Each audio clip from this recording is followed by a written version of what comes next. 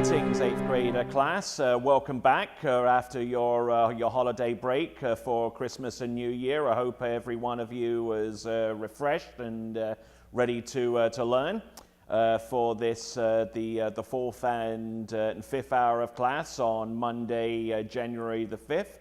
We're going to go straight into our next element. Now, we briefly mentioned a little bit on the Mississippi Bubble and the main character that was responsible for that, who is John Law. Just to give you a sense of where we are on the timeline right now, we're at 1717. You can actually look at the timeline on the screen behind me, and I'll put it up on full frame right now for you. It's on page 177, and there you'll see the Company of the West with John Law, and you'll also see right next to it the formation of New Orleans, which actually came about a year later, and Bienville was very much responsible for that. But first of all, we'll take a look at the deal with the Company of the West and John Law in this, the Mississippi Bubble.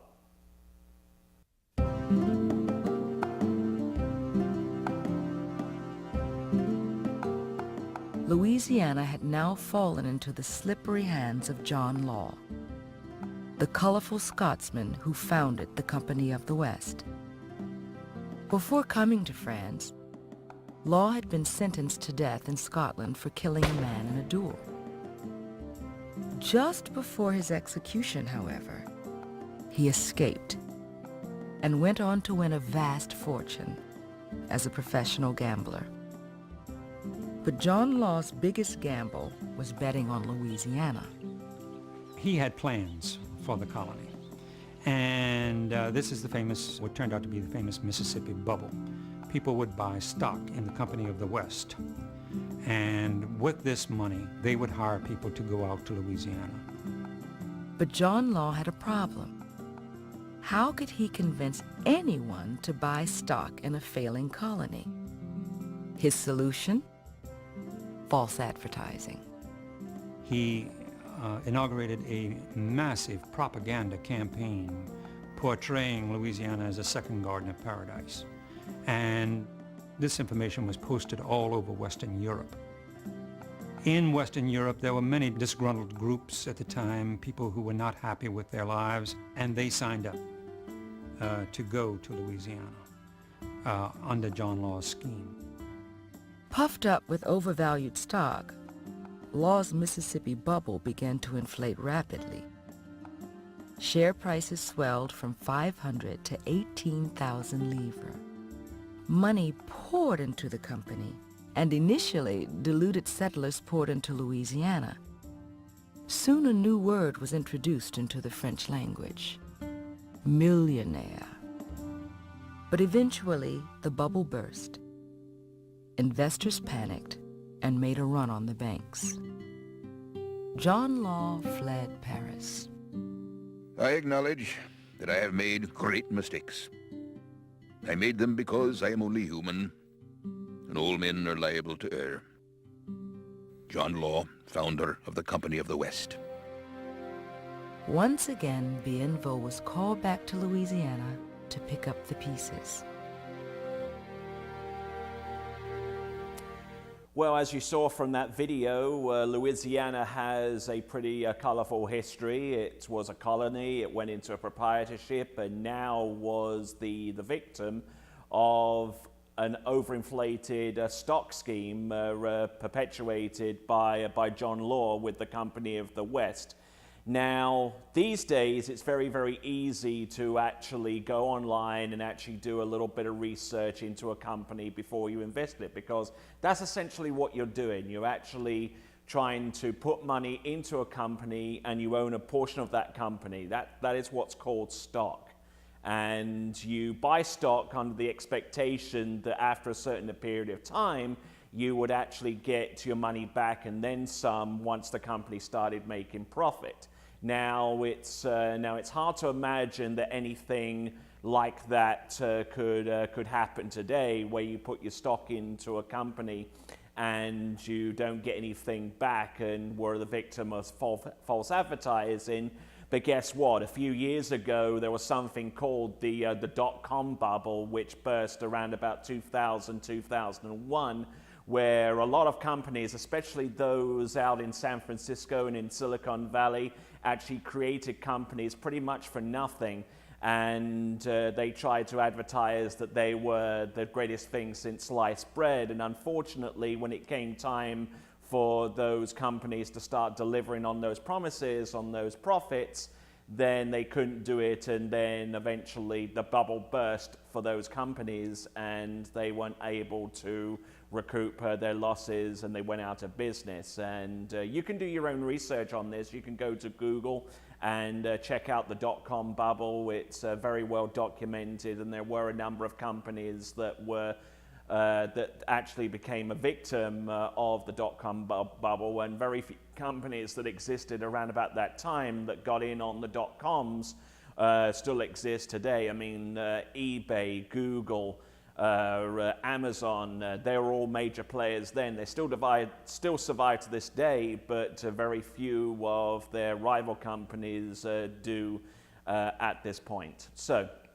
anyway, moving past the dot-com bubble and the Mississippi bubble, which was one of the first instances of a stock bubble bursting, we go into the settlers and slaves portion of this lesson, because one of the intended effects from the Mississippi bubble is that it actually persuaded settlers to make their way over to Louisiana to settle, but from a country that we wouldn't ordinarily associate with Louisiana.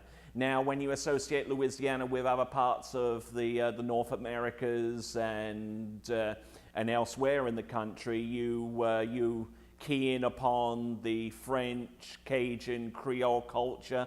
But there was one country that actually sent quite a few settlers over there, and it's a country that we've been to war against at least a couple of times in our history, and we'll check that out right now in the settlers portion of this presentation. Although John Law's gamble didn't pay off, Louisiana did enjoy a little good luck under his management. For one thing, the colony finally had colonists. The rapidity with which the company has sent the colonists and the others was nothing less than astonishing.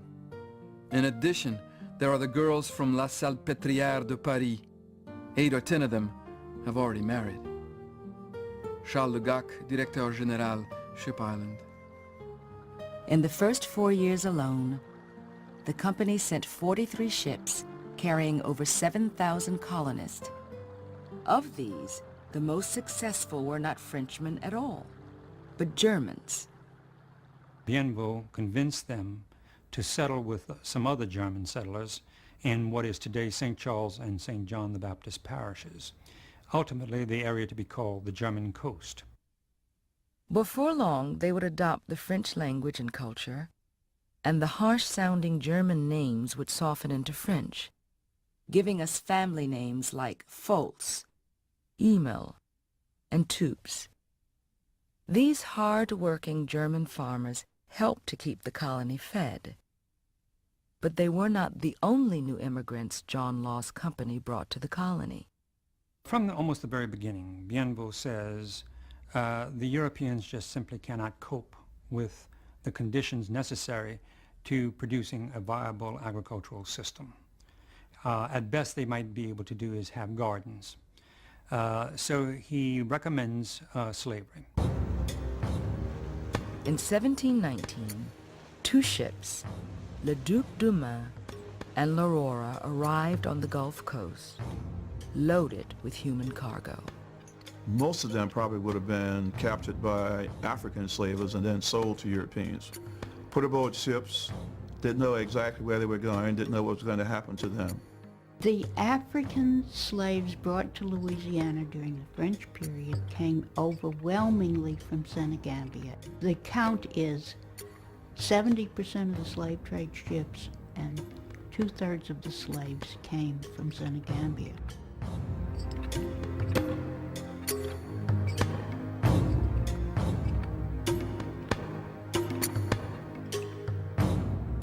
One of the things that was very, very interesting about the group that came in was their introduction of gumbo to the culture. They brought in a method of cooking what they call the fish stew, or kumbo.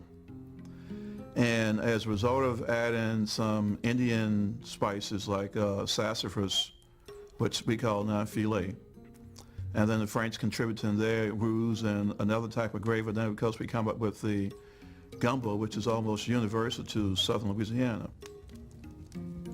As Africans and their Caribbean descendants became a part of Louisiana's cultural gumbo, they proved to be indispensable in building the colony.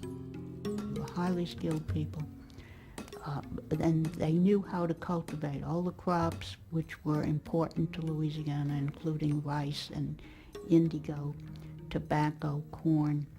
They were quite good at navigating treacherous rivers and building and maintaining boats and in metalworking. Soon the slaves were forced to put those skills to work in the construction of a new city.